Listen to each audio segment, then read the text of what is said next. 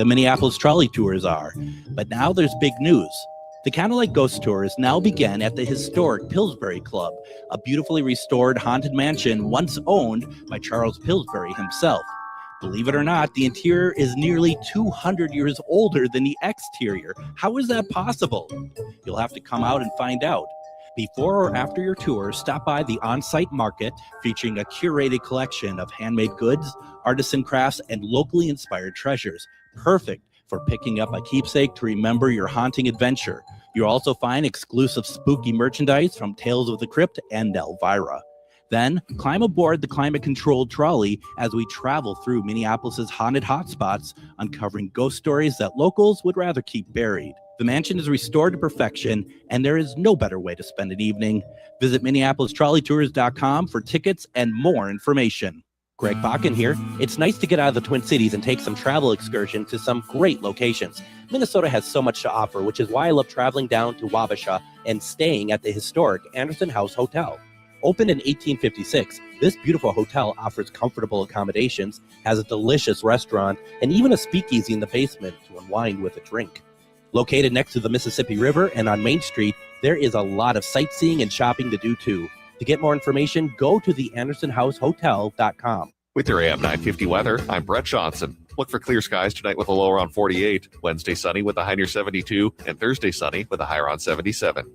It's time to discover macarons like you've never tasted before in Nicolette's Macarons in Plymouth. Pick up a box of elegant French macarons conveniently located right off Highway 169. Perfect for gifts, corporate events, or even just yourself. Stop in or order online at NicolettesMacarons.com. Portions of the following program may be pre-recorded. The views expressed and the opinions given by the individual host, guest, random reptoid, or chupacabra may not necessarily reflect those of AM 950 Radio, its affiliates, or its sponsors. Now, it's time to step into the unknown.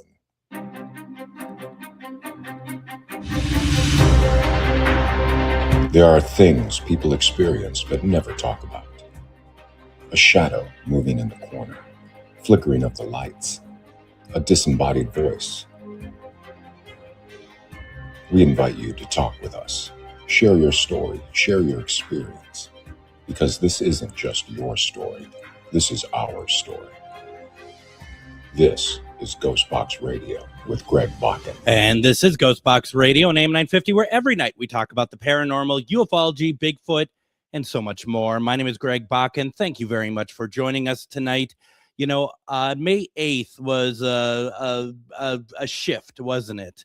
And that was the first major batch of newly declassified U.S. government UFO records released under a new program called Presidential Unsealing and Reporting System for UAP Encounters, also known as PURSUE. The files are posted on a new government site, war.gov/UFO. Roughly 160 to 162 documents, images, videos, and reports spanning from the 1940s through recent years were posted by all sorts of different agencies. And what we're going to do tonight, my guest tonight, Heidi Hollis, made a big mistake last time that she was on the show. And that mistake simply was that she said, if you need someone to come on again, even last minute, if I'm available, I will do so. I don't think she thought I'd be asking a week later. But the irony about it is we were talking about this very thing based on a post that she had made a couple weeks before. Basically, what is your expectations of disclosure? What does that look like for you? And I figured, well, we had a guest drop out tonight, so that was fortuitous, because I thought, well, maybe Heidi could come on and we could talk a little bit about these files. And we'd love to see people post in the comments what they are thinking of the files as well. I do want to say one thing, though. As a paranormal program, we are all about our shared love for all things paranormal, ufology, and, you know, this report these declassified files, it's a very big part of it. I don't want this to be turned into any sort of political sort of back and forth between parties and whatnot. There's a lot of other programs that you can listen to do that sort of thing. This is us being excited, or maybe not as excited as some would hope for these documents. Regardless, it's about the documents declassification solely. So I just want to make sure that that is clear. Otherwise, we'd love to hear your thoughts on everything. Heidi Hollis, of course, has been on pretty much every kind of media you could possibly hope for.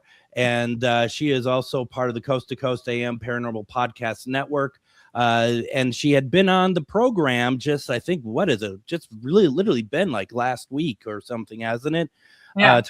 Talking about all this stuff. So, I couldn't imagine anyone better to bring on to talk about this. Heidi, welcome back to GhostBox Radio. And thank you for just coming in here so quickly. Oh, it's divine intervention. I'm telling you, Greg. Just, honestly, because it's like, we're just talking about this. And then it's like, oh, guess what? We're going to release the files, like, what? Hold on. So it's perfect. Did you get some kind of heads up? Because I remember the first I heard that it was going to be today, I think was a video that you posted saying that it was going to be Friday the 8th. Did you get, do you have inside knowledge? I just so happened to have been on X, and I saw that Paulina Luna said all she'd put was 8 a.m. May 8th, and everybody's like, she didn't even say what it was for. We're all like, oh wow, are they really going to release these files? But she didn't put UFO on there, nothing. So we just assumed. So I just put word. I'm like, look, this is happening, guys. So no, I'm not on a hotline with them. The White House isn't calling you like it's tomorrow, Heidi. You're like, I'm in. Okay, there we are. Yeah. I had a couple of people say, now, how the heck did you know? I'm like, I just happened to look on X and it was in my feed. So yeah.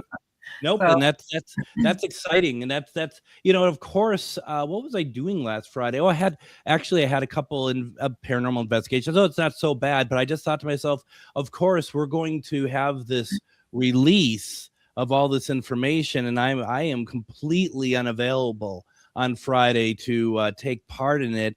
What did you end up doing? Did you just start digging in, or where does one start with such a drop of information? I'll have to. Okay, so I'm going to be painfully honest because I was like, I told you I wasn't hopeful, right?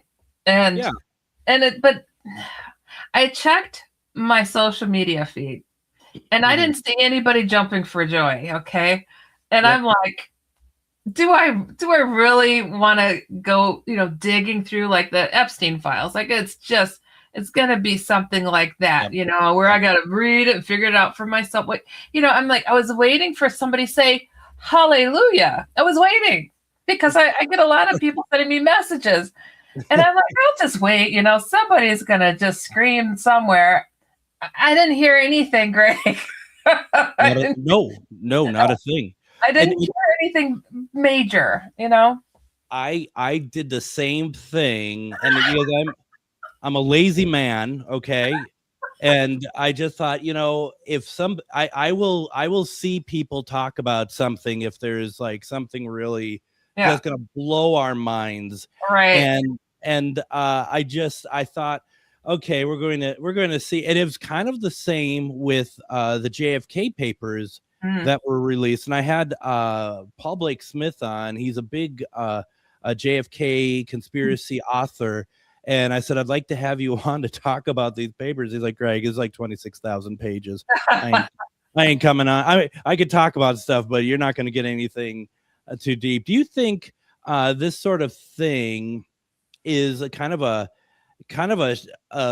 quantity over quality? And I think we can say probably yes to that. But is that just more, do you think, of if we just put a lot out there, it's going to take them time to go through stuff and we'll keep them quiet for a little bit? I just was a bit, I don't even know I can't even get in their heads on it because I'm like, dude, just open up the garage door. There's probably so much more in that than this little dots on the screen dancing around. For the most part, that's what we got. And it kind of fell in line with what I anticipated. sadly. And I'm like, come on, it isn't even in color. It's not even in color or focused, most of them. Oh.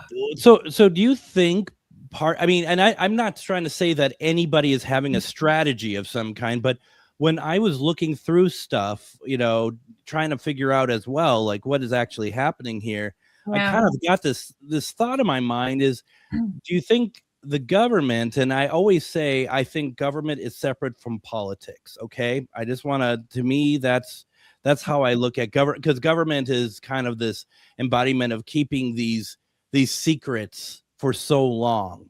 That's just how I look at it. Okay. And you start thinking, like, you're getting to the point is like, are they trying to make us all feel like that there isn't anything that exists after all, because everything that we see is just so poor quality. I mean, it's like we need better than this. We really do at this stage.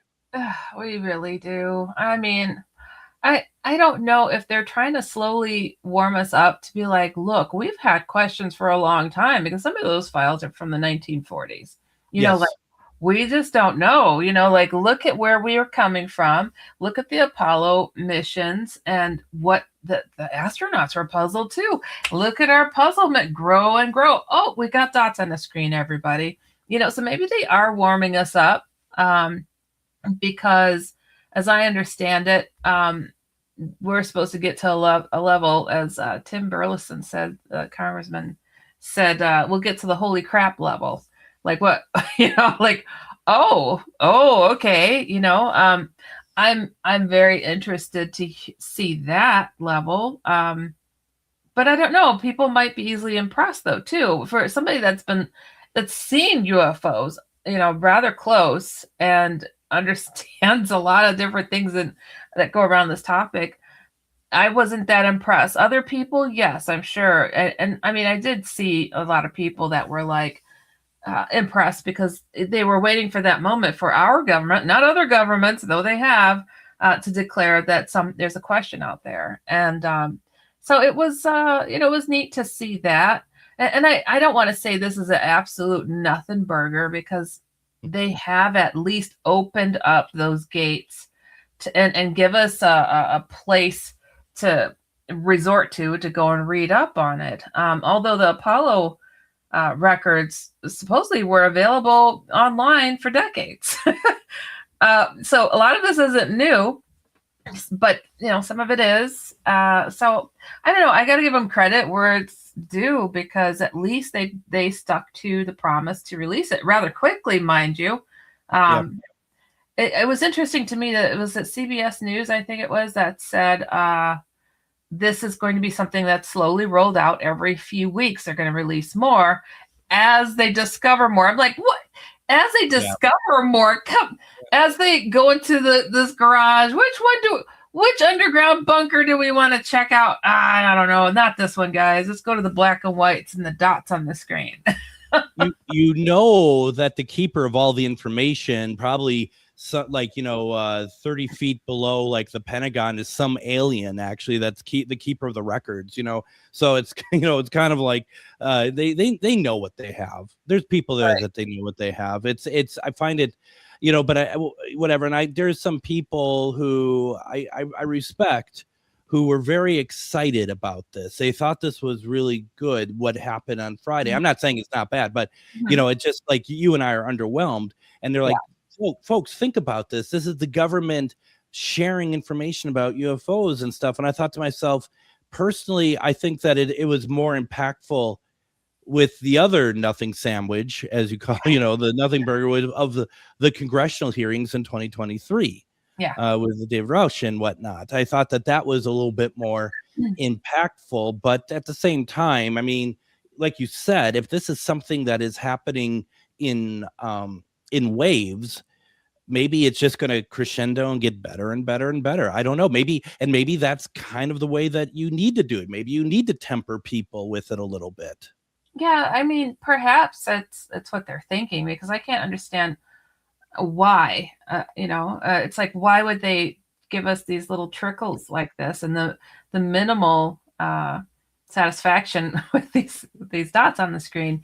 Mind you, though, there is a really cool was it an 8-point star. That was pretty cool. I mean, that's not something I've heard of, though it was in a movie. Somebody was pointing out.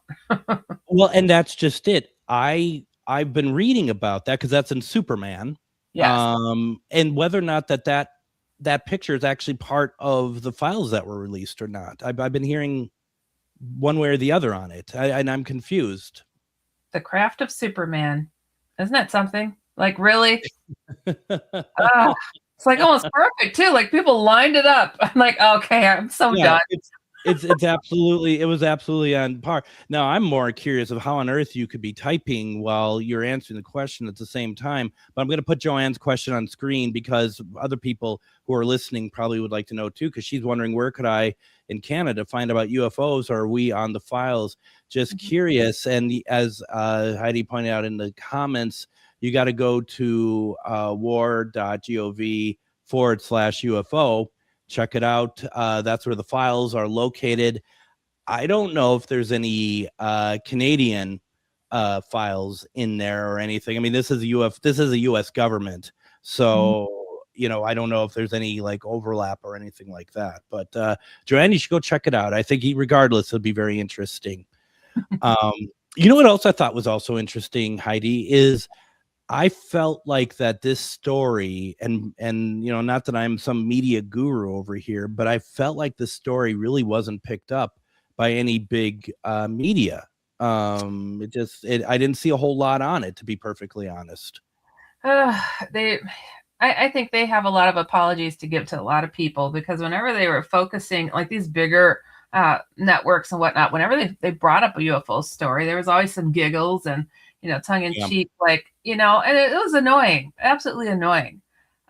So I think they were out there welcomed in my department, in a lot of ways, because I'm like, that's not fair and that's not funny. There's a lot of people that have really suffered because you guys always poke fun of this subject.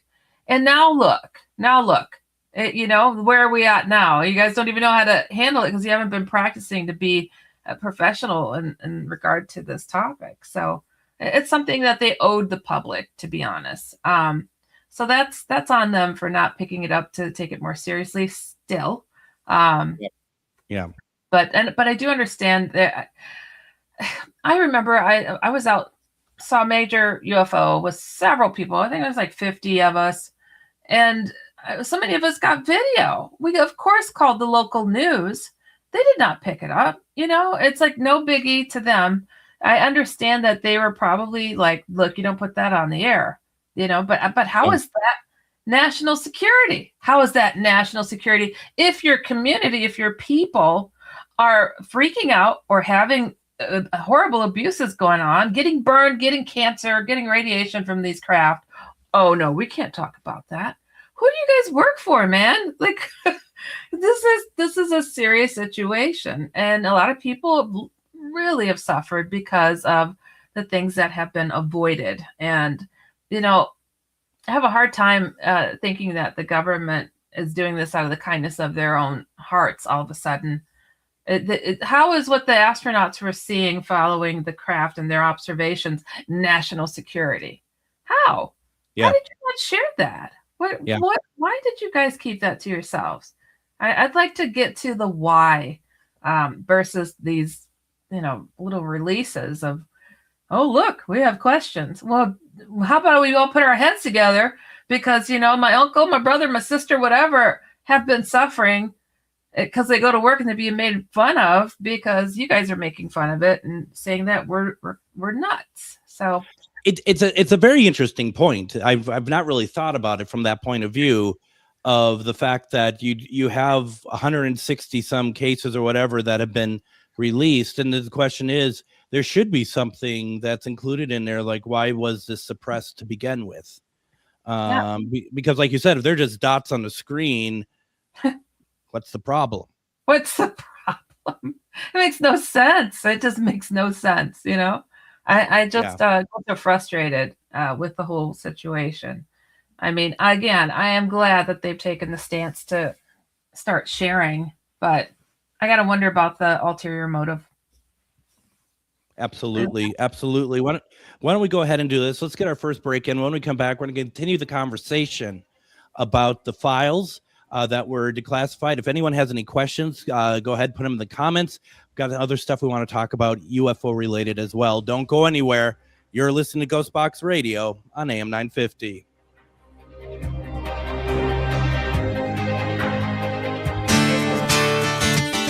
Greg Bakun here. Like you, I love good, fresh, delicious food. So I want to tell you about this treasure in Roseville called Maverick's Real Roast Beef.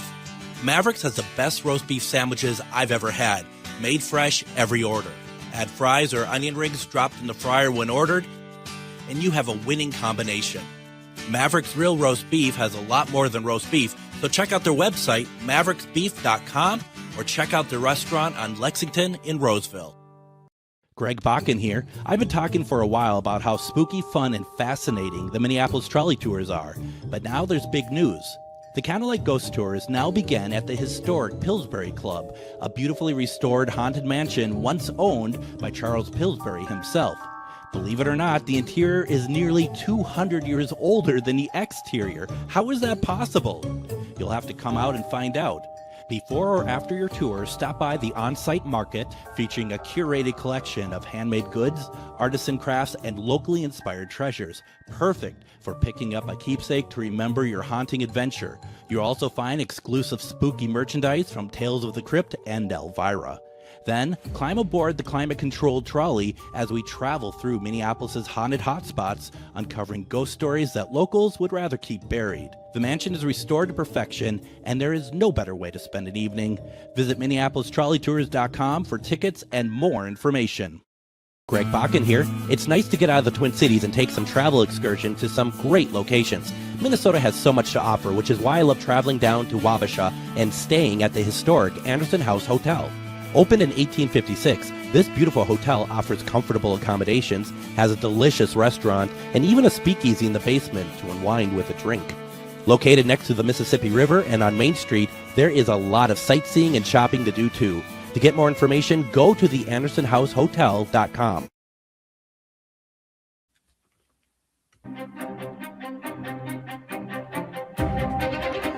Do you have anything to do this Thursday? Well, why don't you come out to Divine Lights? Char Savoy and myself will be out there doing a public paranormal investigation this Thursday. That's going to be from 6 to 9 p.m., and that's going to be a pretty spectacular time. As always, we've been noticing that activity has been getting stronger and stronger every time we go out there, and we are getting access to more and more of the building. And this is a building that was built in the 1860s. And it is truly wonderful. We get a lot of people come out there. They love it. You go over to charvinity.com. Over on the left-hand side, it's classes and events. You click on that, and you'll be able to find the event and buy tickets. Once again, it's this Thursday, and that's from 6 to 9 p.m. So that's Thursday, May 14th. And hope to see you out there. And also, if you want to check out more of what Heidi is up to, you got to go check out her website, HeidiHollis.com. There, you're going to be able to find out about her books, her podcast, comics. Don't forget, she coined the term shadow people and Hat Man. You can read all about that. Find out about her podcast.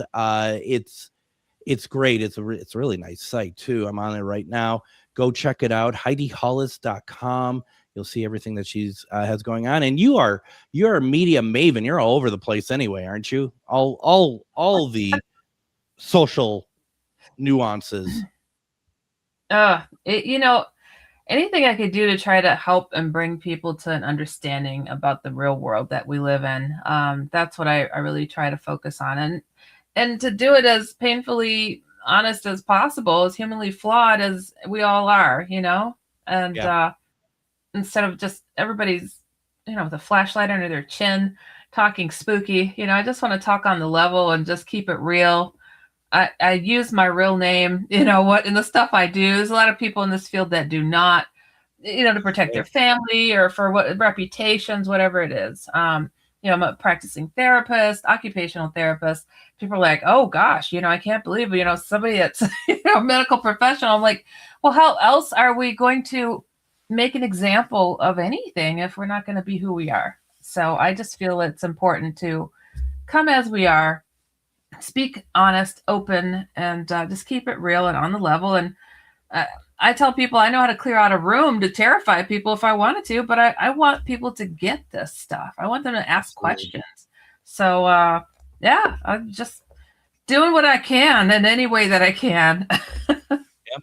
Keeping it real. That's all it's all about. Well, and so in the last segment you talked about it. I think it was a really good point about how, the media in particular, and really hasn't changed a whole lot, looks down on this community and what people have experienced, seen, but I think one of the worst examples I've ever seen of that was in the late 90s, the Phoenix Lights. And you have the mayor of Phoenix coming out doing a press conference the next day, and they have some clown come in a full alien costume, and it just really was really embarrassing, which in a very ironic state, the mayor has, over time retracted all of his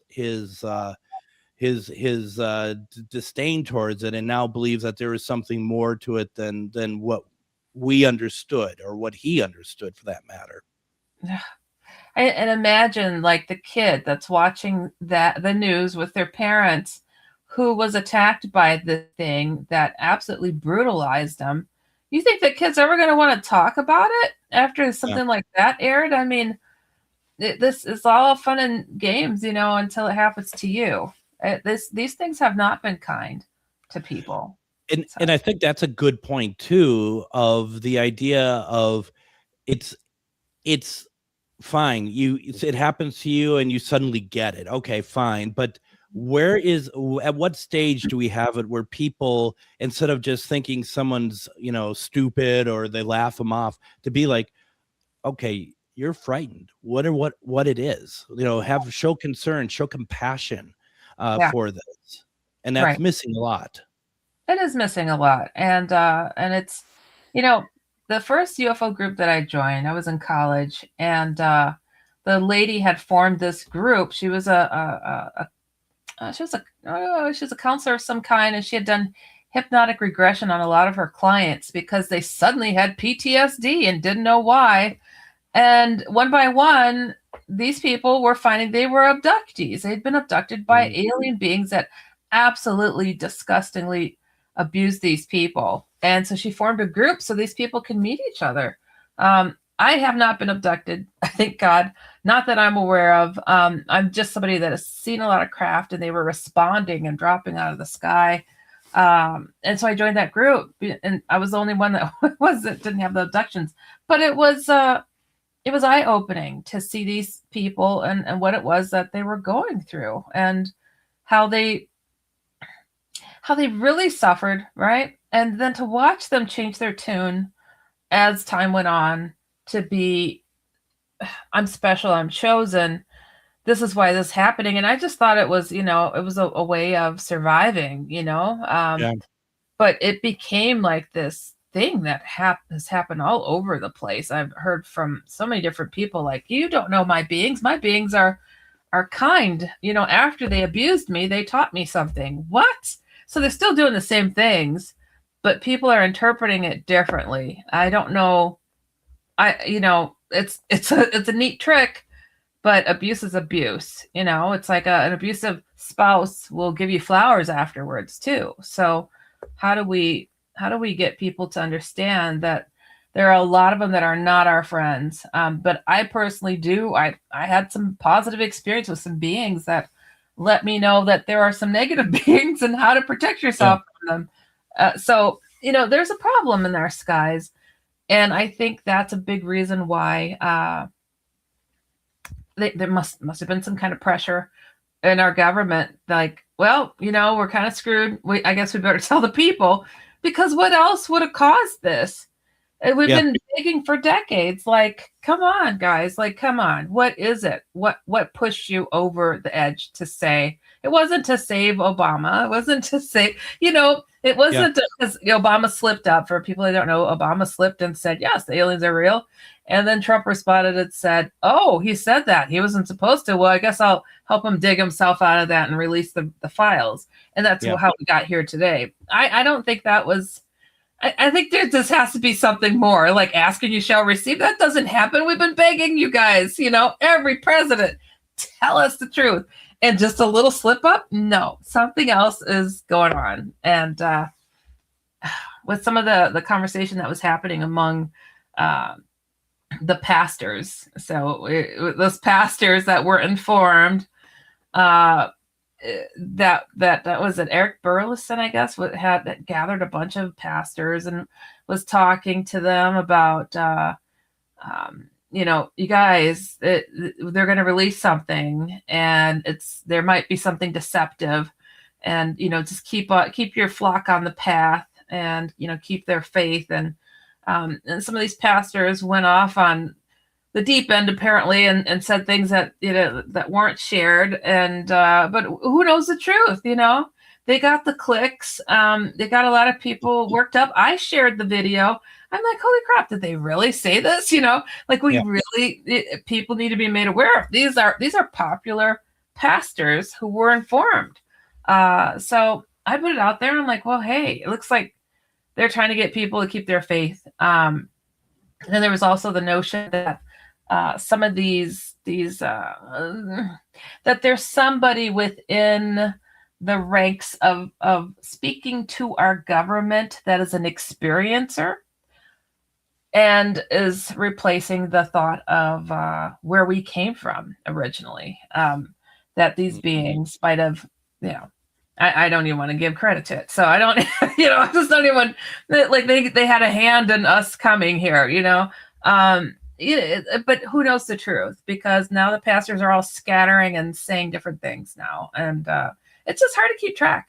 It really is. But, we got the files. We're looking at them and we see dots on the screen. We see dots on the screen. We're talking with Heidi Hollis tonight. And we're talking about the May 8th UFO declassified files that came out. And if you have an opinion of if you've gone through any of the files, and let us know what you think of them. Was it everything you hoped for? Do you think it's a good start? Do you think it was very just silly and not worth your time? Let us know what you think. But Heidi, I gotta ask, because you've kind of said a couple times, you're like there's something more behind this. Yeah. What do you have any thoughts on what that might be?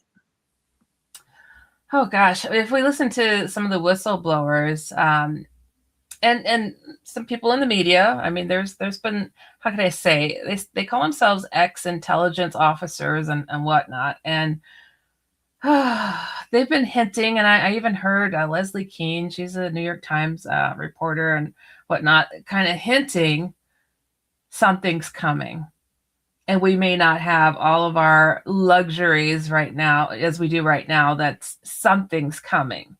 And they're like, we think the public should be made aware of it.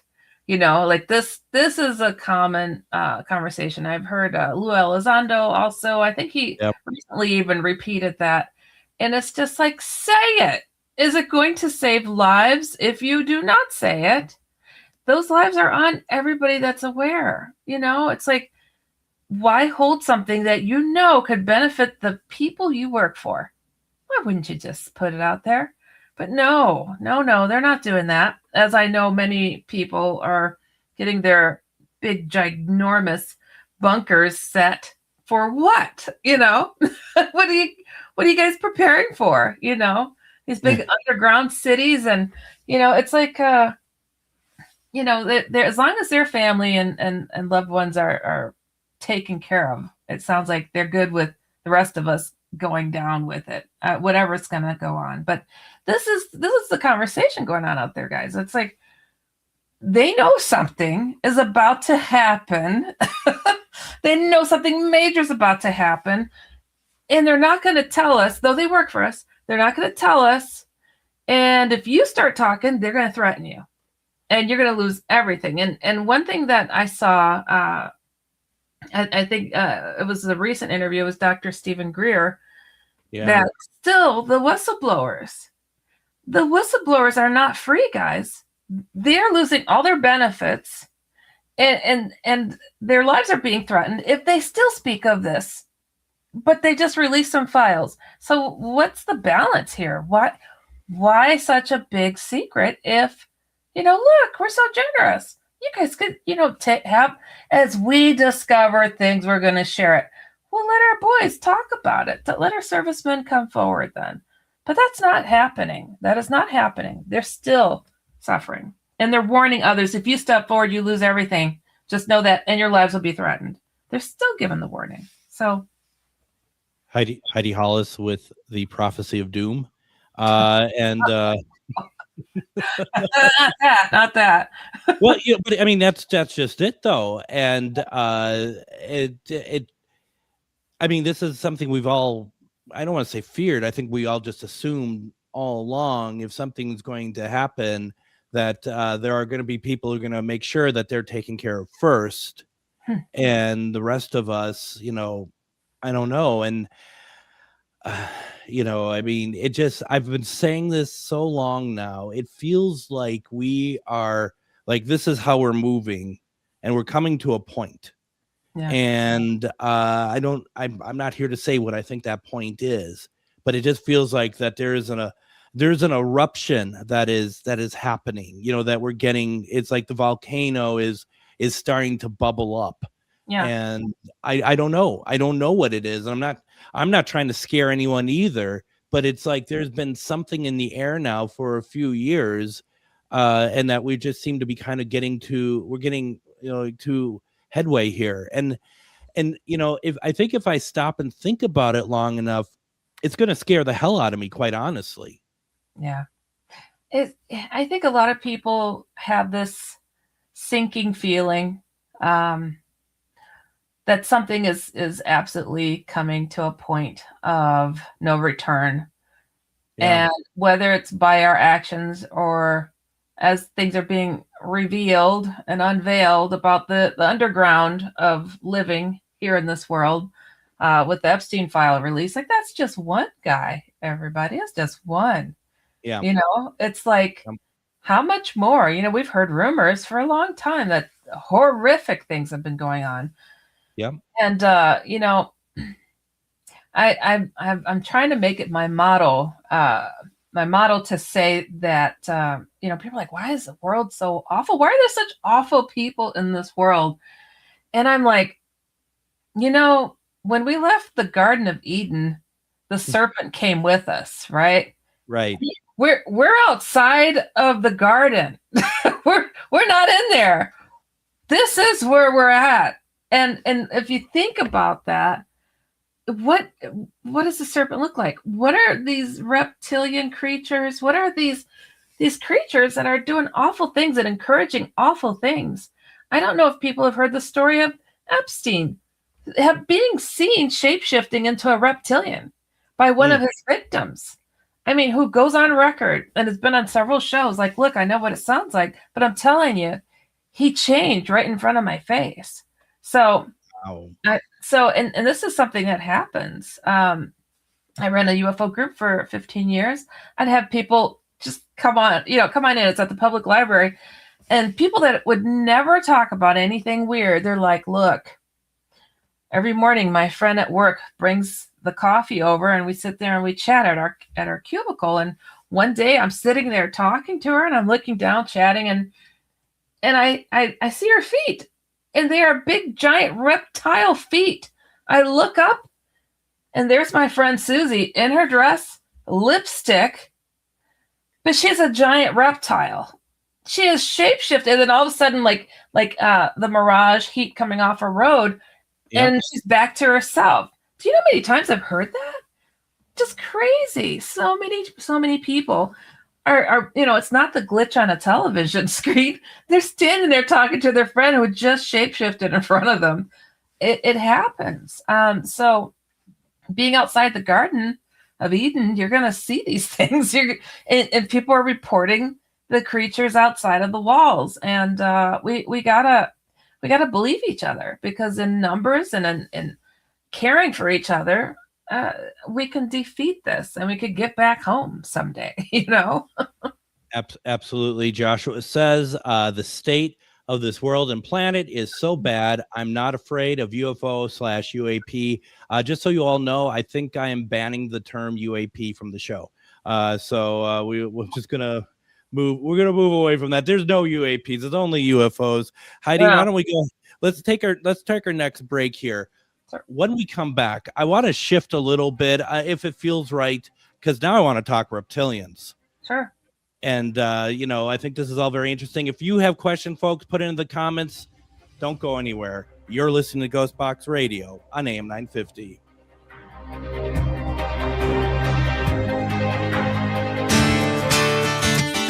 Greg Bakun here. Like you, I love good, fresh, delicious food. So I want to tell you about this treasure in Roseville called Maverick's Real Roast Beef. Maverick's has the best roast beef sandwiches I've ever had. Made fresh every order. Add fries or onion rings dropped in the fryer when ordered, and you have a winning combination. Maverick's Real Roast Beef has a lot more than roast beef, so check out their website, mavericksbeef.com, or check out their restaurant on Lexington in Roseville.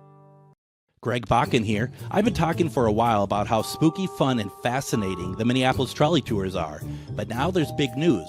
The Candlelight Ghost Tours now begin at the historic Pillsbury Club, a beautifully restored haunted mansion once owned by Charles Pillsbury himself.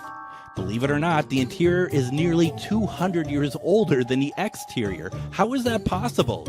You'll have to come out and find out. Before or after your tour, stop by the on-site market featuring a curated collection of handmade goods, artisan crafts, and locally inspired treasures. Perfect for picking up a keepsake to remember your haunting adventure. You'll also find exclusive spooky merchandise from Tales of the Crypt and Elvira. Then, climb aboard the climate-controlled trolley as we travel through Minneapolis' haunted hotspots, uncovering ghost stories that locals would rather keep buried. The mansion is restored to perfection, and there is no better way to spend an evening. Visit MinneapolisTrolleyTours.com for tickets and more information. Greg Bakun here. It's nice to get out of the Twin Cities and take some travel excursions to some great locations. Minnesota has so much to offer, which is why I love traveling down to Wabasha and staying at the historic Anderson House Hotel. Opened in 1856, this beautiful hotel offers comfortable accommodations, has a delicious restaurant, and even a speakeasy in the basement to unwind with a drink. Located next to the Mississippi River and on Main Street, there is a lot of sightseeing and shopping to do too. To get more information, go to theandersonhousehotel.com. All right, the music blew up on me. It's reptilians that are doing that. Welcome back to GhostBox Radio. If you're an AM 950 listener, you're in luck tomorrow, because I am going to be on for 3 hours tomorrow. I am covering the Matt McNeil show from 3 to 5 tomorrow. And we're going to have in the second hour, first hour, we're going to have Jeff Stein. The second hour, we're going to have Matt Schmidt, bringing him on, talking about quantum healing, because I feel like that our listeners from 3 to 5 might find it very interesting to know what that's all about. But if you want to hear more from Matt Schmidt, he is also my guest tomorrow night on GhostBox Radio. So you definitely want to check that out. And then on Thursday, we're going to have, in the first hour, we're going to have Antonio Carlotta. She is a descendant of the founders of Universal Pictures. I'm such a movie fan that she has some great insight of the early days of the studio. And then at the 4 o'clock hour, my buddy Nicholas Harper, who is this magnificent artist, very, very unique and mysterious, macabre sort of illustrations, paintings, art. We're going to be talking about his gallery, Rogue Buddha Gallery. Really excited about that as well. Now we have with us Heidi Hollis, which we've been really talking about the declassified files that came out last Friday. But we've also kind of started getting to other areas, which I think are very, very important. One of the things, Heidi, that I have always found really interesting is the thought of reptilians on our planet. And I often hear about possible reptilians in important positions, or at least maybe making some key moves. And you bring up Epstein, that people have seen, or a victim had seen Epstein transform into a reptilian. Yes. And so what do you think? Is there a role for reptilians on our planet, or are they just they just are on our planet, and that some just happen to get in more key areas just because they just infiltrate into society? Well, I think there is no outright definitive answer to how far this goes, but from the research of David Icke, if you listen to him, I mean, he was a prestigious news reporter who gave up his whole career to be like, he came across some information, and oh my goodness, they're reptilians. Like, they're everywhere. They're shape-shifting. They're seen doing rituals, and they're going in and out. And I mean, where aren't they? Secret space program, people that have been 20 years and back. I don't know if you've heard of that. People that say that, they join the military and they're like, hey, you want to go to Mars? It's like, oh, what? Well, you're going, and they get taken and led away by giant reptilian creatures. So, when we think of chameleons, they've got this unbelievable ability to blend in with their environment. What if it was sentient, like humanoid that could do such things? I don't know how they're able to manage this, but, people swear by it. I mean, I've heard so many over the years. It's wild. But if you wanted to infiltrate a society and get people, because you're probably outnumbered, and get that like community of people to be persuaded by you, you manage to fool them all the time. And you could probably make yourself look like the president, or look like, the billionaire, or look like so-and-so, so you can move a nation to, I don't know, be your playpen. I don't know. I just think it's limitless what they could be doing if this is an ability that they have to fool us like that. And I've seen so many images over the years of people who have taken pictures of other people, whether it is just normal people. When I say normal, non-famous people, non-influential people, or influential people, like, pictures of like Queen Elizabeth, where her eyes are the pupils are more slits than human eyes, that sort of thing. As Joshua puts in the comments, and I was going to say this as well, my very first ever kind of understanding or exposure to the possibility of aliens being reptiles was in V. You remember V? Oh, yes. Yeah. Mm-hmm. That was incredible. And at the end, this little baby is born at the end of the first half or whatever it is, and it has the reptile tongue, and you're just like, wow, okay. Yeah. And they did a remake of that as well with Marina Baccarat, or the actress. I can't recall her last name, but yeah. I mean, I think they were letting us know, like, look, this is what's really going on, guys. Be aware. Like, they plant seeds. They absolutely do. And I think I might have mentioned about predictive programming on here before, did I? I don't think you have, actually. Oh, gosh. I have to say this word beforehand. Allegedly, my family and I predictive programming in a series that was very popular. It's just crazy. But my name, my father's name, my sister's name, right. It absolutely in an apocalyptic television series. Absolutely. It's like, yep. What are we doing here? Like, okay. And how myself in particular was involved in goings on regarding the apocalypse. So everybody brace yourselves for that. Okay. So, it's coming. Why would they do that? But there's a lot of things that get injected into society, I think, to prepare us for, like we're seeing today, And it's a very interesting thing that you bring up as well, is what we are watching for entertainment. Are these actually warnings, and that we either heed them or we think it's just really cool? And I think that's something that I think is lost on many of us, to be perfectly honest. Yeah. But I have to say, I am still very happy that things are moving forward, and the as far as being a little bit more honest with the public when it comes to the real stuff versus a sci-fi movie where they're actually saying, but I have to tell you, they didn't use the word alien and to say, guess what, guys, aliens are real. They did not do that. They did not go there. Interdimensional. Well, what is that? Okay, we believe a ghost because we could get those on film. I don't know.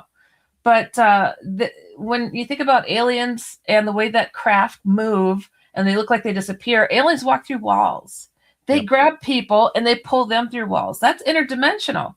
Yep. Shadow people, Hat Man, guess what? Seen right alongside of alien beings.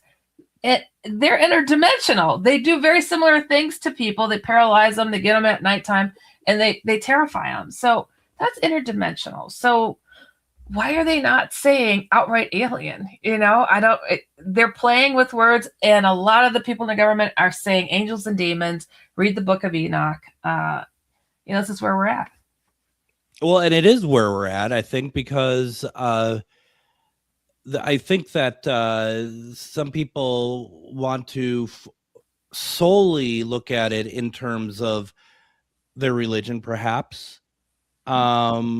I don't know. I think, and I think that there's just something really, really interesting about all that. And one of the things I was going to also mention is, and one thing that really has gotten my attention over the last, 6-7 years is, like you said, aliens can walk through walls. Aliens could do stuff that people will think it's ghost. And I still say that people who are looking for spirits, looking for ghosts, going on paranormal investigations, how many times are they actually seeing something that we would consider alien, opposed to actually spirits of those who have passed? I think that there is going to be, maybe not a ton, but I think there is more to it than we think, or that people realize when they're out there in the field. Yeah, I know. I've seen it on some of these paranormal shows, especially the short little hooded ghosts they see, and I'm like, that's an alien, guys. The short little hooded ones. I mean, they absolutely are aliens. And there's a documentary which was the on travel, a Discovery. It was the New Jersey, what is it, Triangle, or what do they call that that area, and starts off with a picture of a house that had a lot of activity, especially in the basement. It's almost like a spirit highway. And they have a picture of a ghost that someone took, and it looks like a gray. Doesn't look like anything. It looks like a gray. See? And it's just like, this, and to me, that's next level. That to me is like really interesting, and I love that stuff, and it gets me in really excited, actually. Yeah. On my main page on HeidiHollis.com, if you scroll all the way down, you'll see the true image of Hat Man, which is, he has an alien face. And where's he seen? In haunted locations. I'm like, well, I've always connected the conversation of shadow people, Hat Man, to the alien conversation. So yeah, he is not, he doesn't look human. He doesn't look human. And that is 100-year-old statue or head that Rudolf Steiner of anthroposophy created. It's crazy. Oh, I see it. I see it. From your blog of article from March 12th, 2021. Yep. Arahan is the name. Yeah. Yeah. You got to go to HeidiHollis.com. That's all there is about that. And I have to say, as we're wrapping up here, Joshua put it in the comments, I don't believe in both. And I'm like, what? And then he responds, I meant I do believe in aliens and spirit. I'm like, wait, what? This is actually very recent. Right. Yeah. No, it's wild, but I don't know if a lot of people know this, but people that get taken by alien beings just so happen to have haunted homes, poltergeist activities. They're having a lot of different things going on in their homes and in their lives. It's because it's all connected. And as strong as of a point people would like to make, look, I only research the landings of craft. I only look at the ghost shadows or whatever. It's like, no, guys, this is really all connected. And when you put people in one bucket, it can be really confusing and isolating because they feel nuts that they're experiencing such a wide array of things, I think we got to open up our minds and our hearts to people when they're telling you what's really going on. Get the whole picture. And we have under 2 minutes left, but I laugh, and everyone's journey is different. I totally understand, but I do find it very amusing when you get people like, yeah, I believe in spirits, but I don't believe in aliens. I'm like, yeah, I mean, to each their own, but it's like, at what stage of the weird do we just don't believe in certain things? Because it is all connected, and it's it just surprises me. That's all. Yeah, I find it strange. Yeah, but you know what? Hey, if I could be of help to anybody, reach out at Heidi Hollis on most social media. I tell people I'll chat with you, and they're always surprised when I show up. It's like, I'll be there. It's like, that's what we're here for. It's like to lean on each other in this world. And that's what you did tonight. You were just like, yeah, I can come on. Sure. Let's cool. talk about dots on the screen. All right, let's do it. I hope they do better next time. I'm really hopeful. I'm waiting for the holy crap level that was rumored. So I'm here for it. I always say, though, careful for what you wish for, because it will happen. Yeah, so true. And hopefully we are prepared for that. But, you never know. I mean, but it's better to have it out there than keep it hiding, right? I mean, that's really all it comes down to. And this stuff is real, and so is God. It's okay. You can believe in both. You really can. God is real and has us covered on this. So good always wins in the end. So don't worry about it. There you go. Go to HeidiHollis.com. There you're going to get a wealth of information. You need to check it out. And once again, for those who want to go and see dots on the screen, go to war.gov/UFO. Check out the declassified ads. We're going to be back tomorrow with Matt Schmidt. Heidi, thank you very much for joining me tonight. And don't forget to join me tomorrow on Matt McNeil's show from 3 to 5. Everyone, have a great night.